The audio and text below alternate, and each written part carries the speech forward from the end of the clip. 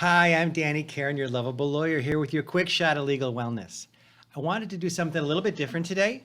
Rather than doing a new video or talking about a particular topic for a couple of minutes, instead, the other day I taught a class to a bunch of lawyers. It was on class actions, which are cases sued by one or two or three people that relate to lots of people. They're on behalf of lots and lots of other people who aren't there. And it's pretty often that somebody comes up and says, hey, I got an idea for a class action because something happened to me. I think it ought to be a class case that applies to everybody. And I say to them, it's not so easy. You can't just will an individual case into being a class case because you think the same thing happened to everybody in the same way it happened to you.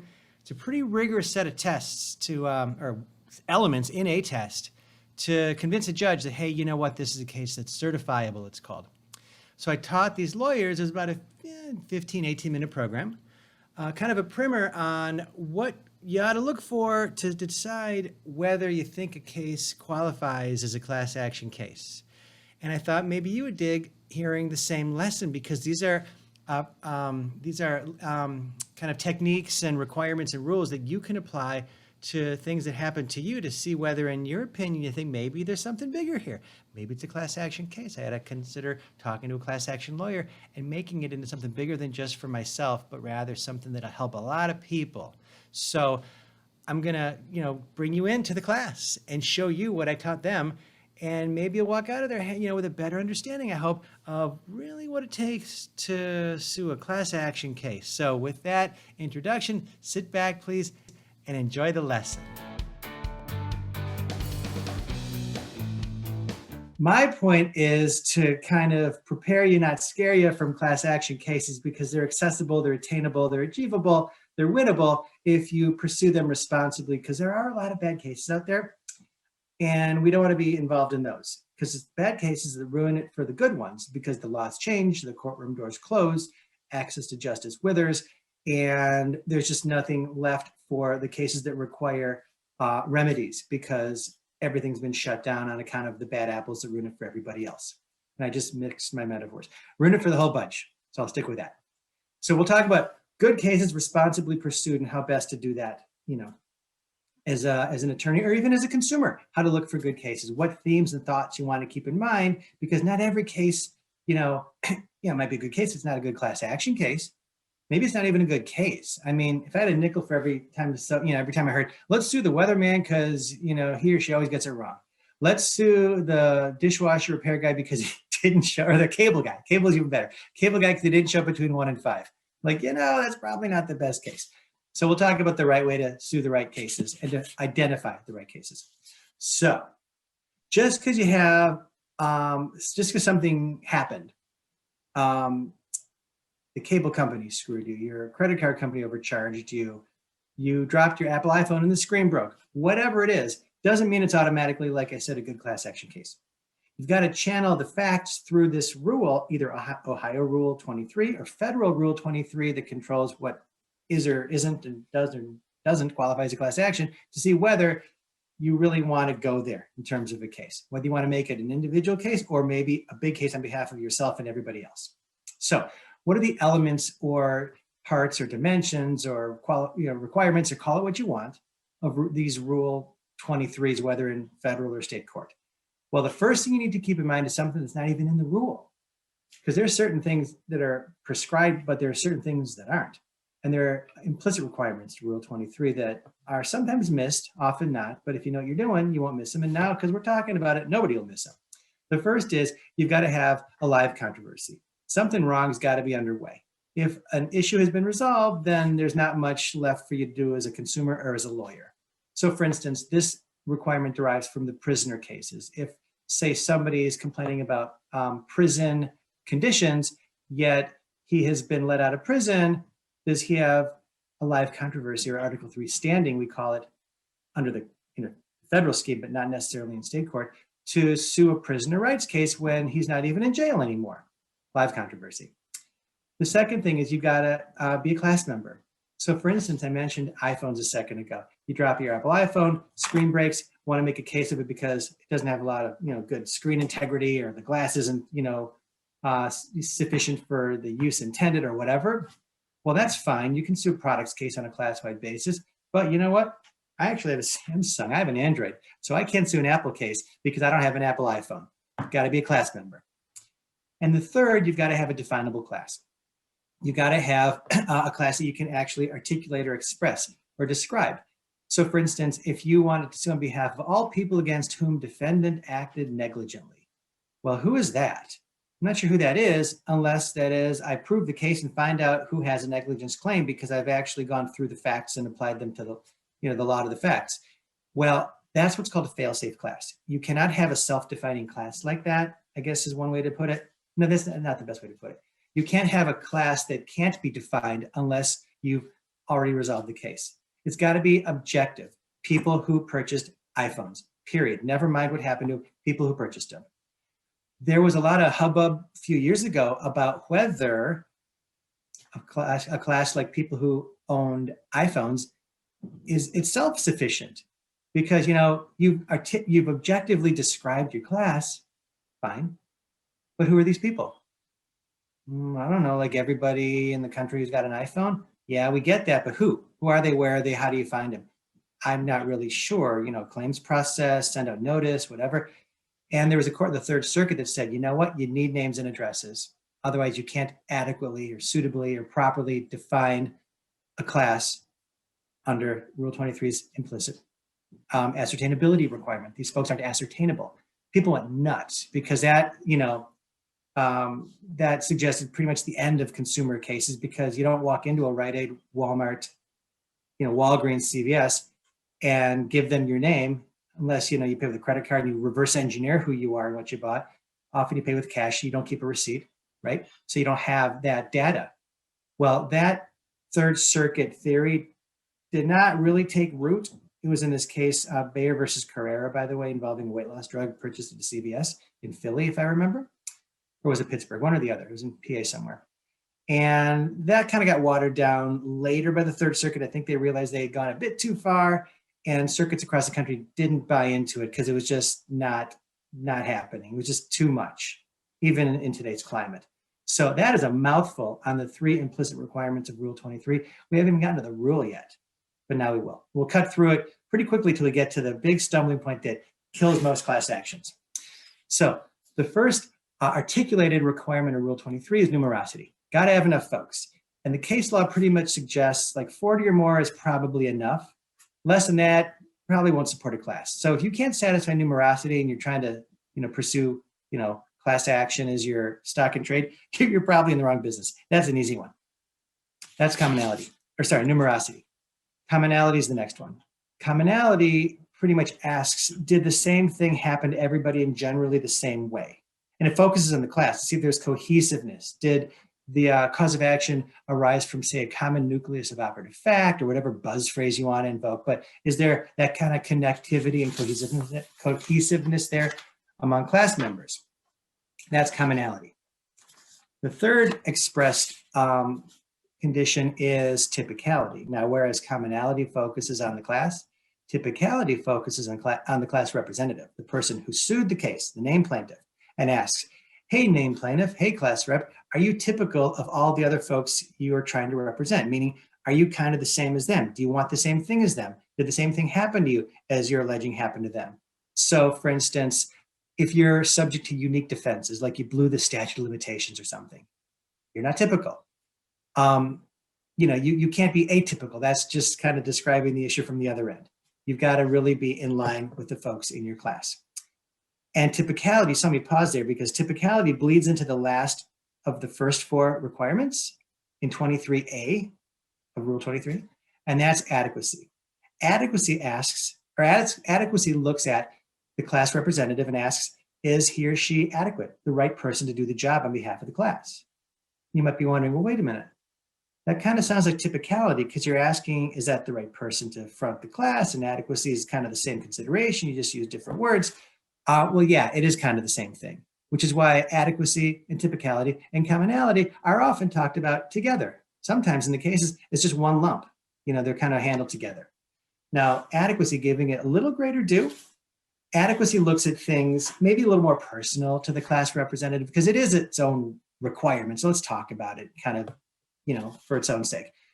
If you've got a felon as a class representative, you can probably do better. If you've got a really close relative as a class representative, like your dad or your mom, there's some case law to suggest maybe that's a problem, because the concern there is you might sell out the class for sake of, a fee, and your mom or dad will approve the settlement and you'll make a big payday and, that sort of thing. You want to make sure that you've got the right class representative, because if you get caught up in adequacy, it's so avoidable, really don't let it happen. Now, the second part of adequacy looks at not the plaintiff, but the lawyer. Looks at you, if you're a lawyer, and asks, are you as a lawyer the right person to be handling this case? Do you have the class action chops to pull it off? Have you done this stuff before? Do you have the dough to pay for it? Do you have the experience to know what the heck you're doing? Those sorts of things. And, when you're starting out, the answer to all those questions is no. So what do?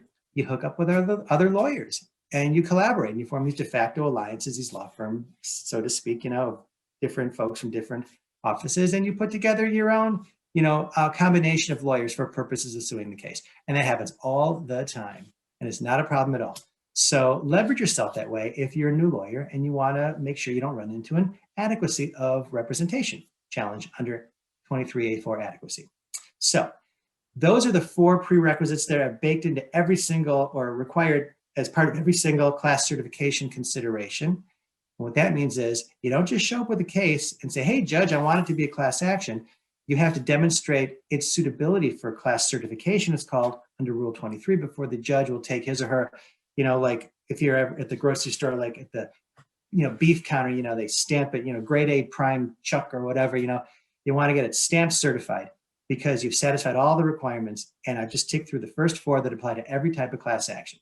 Now, there are 3 types of cases that are typically well suited for class treatment. And those are described under Rule 23B. We just finished 23A, and these are under 23B. First is a case under 23B1A, where individual cases risk the possibility of incompatible standards of conduct. What the heck does that mean? That means unless you get one ruling from one judge, you're going to have rulings potentially all over the country requiring the defendant to do all sorts of different things. So what sorts of cases qualify for under 23B1A? Well, cases involving, say, how a utility acts toward its customers. How it acts against me or toward me is the same as it's got to act toward everybody else who is a utility customer with the electric company or the water company. Not going to do something special for me that they're not doing for you. How about cases against the government imposing a tax, or drug relabeling cases? Better have the same label on drugs nationwide or it's going to be a mess. The next type of case that's well suited for class treatment falls under 23B1B. Those are cases involving a limited fund. So if there's only a certain, discrete amount of money to go around, you want everybody thrown in to get their fair share. Think of, say, the asbestos cases or a bad drug case or something like that. If everybody's dipping into what the company has to pay out, at the end of the line, a lot of folks will be left with nothing.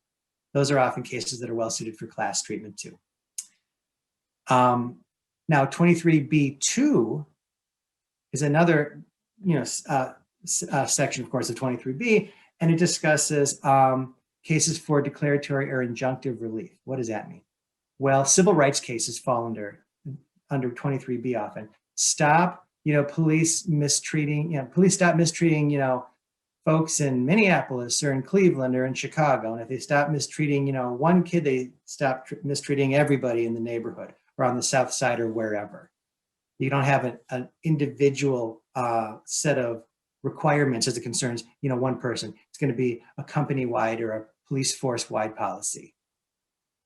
Or making let's say you've got a chemical plant that's chugging toxic fumes into an adjacent neighborhood or contaminating groundwater. And I sue and I say, stop ruining my neighborhood, my air and my water. If they stop ruining my air and my water, they necessarily stop ruining everybody's air and water because we're all part of a neighborhood. That would be a good opportunity for a B2 class. Now, the case that, or the class type that we see most often filed, discussed, condemned, reviled, expressed, whatever, are cases under 23B3 for money damages, the money. I mean, these are the ones that blow up and have the big dollar signs and you settle for tons of dough. And that's why, as you're going to hear right now, the requirement for getting certified is a lot harder. And there are two extra requirements in addition to those expressed in 23A that get triggered when you're suing a 23B3 class for money damages. And the first of the final two requirements is the kiss of death for most cases. Like 99% of class cases go here to die. And we're going to focus on the consumer cases because those are the most accessible cases, against, Apple for iPhones or Dell for a bad computer, or Snapple because it's got more than 20 calories per bottle or whatever. Not antitrust, not wage and hour, not TCPA, not privacy, not that kind of stuff. So when you sue a case for money damages, you have to demonstrate what's called predominance. You've got to show that the common questions I talked about earlier predominate over whatever else the class might be said to what might be said to be individualized among class members. So what would that mean? Because I just said it pretty quickly. I stammered a little bit, but I said it quickly, but there's a lot packed into that. So what it means is, let's say you've got a breach of contract case and everybody's got the same standard form contract and everybody had their contract breached in the same way by the defendant because they promised you 10 apples for $10 and they delivered you 8 apples for $10. I mean, you might have class members with different hair color or different eye color or different weights or different heights or different anything. They have a lot of individual characteristics among them, but none of that is germane to the claim. None of that's germane to a contract claim. What's germane to a contract claim and that affects everybody and predominates over anything individualized among folks, even the amounts of damage, as in how many apples, how many orders they made for apples, is that they were promised A and they got A minus. And that affects everybody similarly. And predominance would likely trigger in a contract case like that. In contrast to that, let's say you've got a common law fraud case, where one of the elements of common law fraud is that you need to have relied on the defendant's alleged misrepresentation, lie. So, how do you know whether I relied on what I was told versus someone else having relied on what she was told versus someone else having relied on what he was told? Unless that is you what? You've got to ask everybody. Did you rely? What did you see, hear, feel, believe, think of, all this sort of stuff? You've got to ask the same thing of everybody. And that goes right to the heart of the case. It's an element of the claim, for crying out loud. I mean, reliance, you got to prove it to win a common law fraud claim. But you got to ask everybody whether they relied on what the defendant's alleged to have lied about or omitted or misrepresented or whatever. And that's going to kill class every time, which is why good class action lawyers never sue common law fraud claims and try to get them certified. Certain state, well, I shouldn't say states. I know Ohio, you can actually certify a common law fraud claim under this Hamilton versus Ohio Savings Bank case from the Supreme Court in 1995. Was a 7-0 decision. Great law in that regard. But beyond that, I don't know where you could get away with a common law fraud claim, and get it certified. So that's 2 minutes on predominance, which, like I said, is at the guts of everything. Now, it's not the entire predominance discussion. That's factual predominance. Common facts need to predominate. Also, common legal questions need to predominate. So, for instance, if you've got 50 states' laws at play, you're going to make your judge nuts. I mean, you don't have a predominance of legal issues. You have individual legal issues as concerning what laws apply to folks in what states. You'll never get that certified. And there's a real pushback against certification of multi-state classes under a single state substantive law anyway, much less, lots of states' laws, unless you're thrown in together in an MDL or multi-district litigation where the court has to consider it, or because of the Class Action Fairness Act, CAFA puts you all in one venue because you're in federal court with different, state claims lumped together per an MDL. I mean, a lot of ways that courts have to now deal with multi-state claims that they didn't have to deal with before. So legal predominance isn't the biggest headache. Well, it's still a headache, but it's not as big as it was because plaintiffs' lawyers aren't doing it voluntarily. Congress has put us together. So the courts are stuck dealing with it. So that is literally 30 seconds on legal predominance. And I wrote a law review on legal predominance. So there's a lot more there to be said, but another time. Finally, I said there were 2 extra requirements under 23B3. The last one is superiority. You got to demonstrate that a class action is the way to go. It's superior to individualized adjudication. People don't want to sue their own cases. The money's not big enough. It's a pain in the neck for courts. Put it together. It's the right, smart, sensible thing to do, judge. And that's usually a pretty easy element to get past. like I said, everything tends to channel into predominance, even in non-consumer cases. Antitrust cases have predominance issues as it concerns impact or causation of an alleged price fixing scheme. And then the experts get involved, and it's $1 million bill on the plaintiff side that we have to self-fund. I mean, it's really precarious stuff. So you better know to a good degree of certainty that you got predominance before you sue a case. So that is the very quick and dirty rundown on what to consider when considering a class action case.